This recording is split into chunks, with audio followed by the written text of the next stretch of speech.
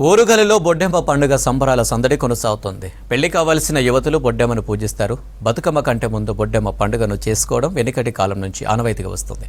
గౌరమ్మను పూజిస్తూ ఆటపాటలతో సందడి ఆకట్టుకుంటుంది.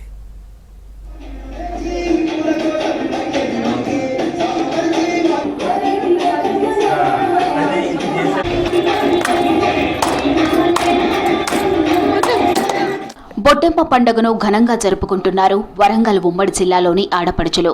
బొడ్డెమ్మ, బతుకమ్మ పండుగలు ఒకదాని వెంట మరొకటి జరుపుకునే పండుగలని మహిళలు చెబుతున్నారు. గౌరీదేవి రూపాల్లో కొలిచే రెండు పండుగల్లో ఆటపాటలు ఒకేలా కొనసాగుతాయి.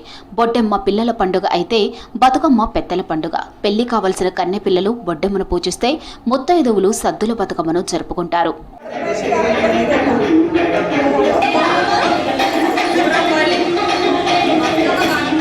అత్యంత భక్తి శ్రద్ధలతో పుట్టమట్టితో గౌరవమ్మను తయారు చేసి పూజలు చేస్తారు మహిళలు. తరువాత తరం వాళ్లకు పండగ విశిష్టతను తెలియజేస్తారు. బొడ్డమ్మగా సకల ప్రాణులకు, చిన్నారులకు ఆరోగ్యాన్ని, ఆనందాన్ని కలిగిస్తుందని చెబుతున్నారు మహిళలు. మేము బొడ్డమ్మని వేసుకొని ఆడుకుంటున్నాము. ఈ తెలంగాణ సంస్కృతిది.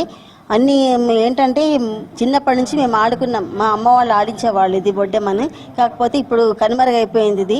అందరూ పిల్లలందరూ నేర్చుకోండి చక్కగా. ఇది కూడా బొడ్డమ్మ కూడా మనకు ఉంది. బతుకమ్మతో పాటు బొడ్డమ్మ కూడా ఉంది. బొడ్డమ్మని ఎలా చేస్తారు అని అంటే పుట్టమన్ను తెచ్చి దాన్ని అలంకరించి ఎర్రమన్నుతోటి అలికి పసుపు కుంకుమలతో రకరకాల పువ్వులతో పేర్చి డైలీ నైట్ దాన్ని మంచిగా పూజించి ఒక దగ్గర పెట్టుకొని ఆడుకొని ప్రసాదాలు నైవేద్యాలు పెట్టి పిల్లలందరికీ తెలవాలని ఇలా ఈ పండుగని జరుపుకుంటారు.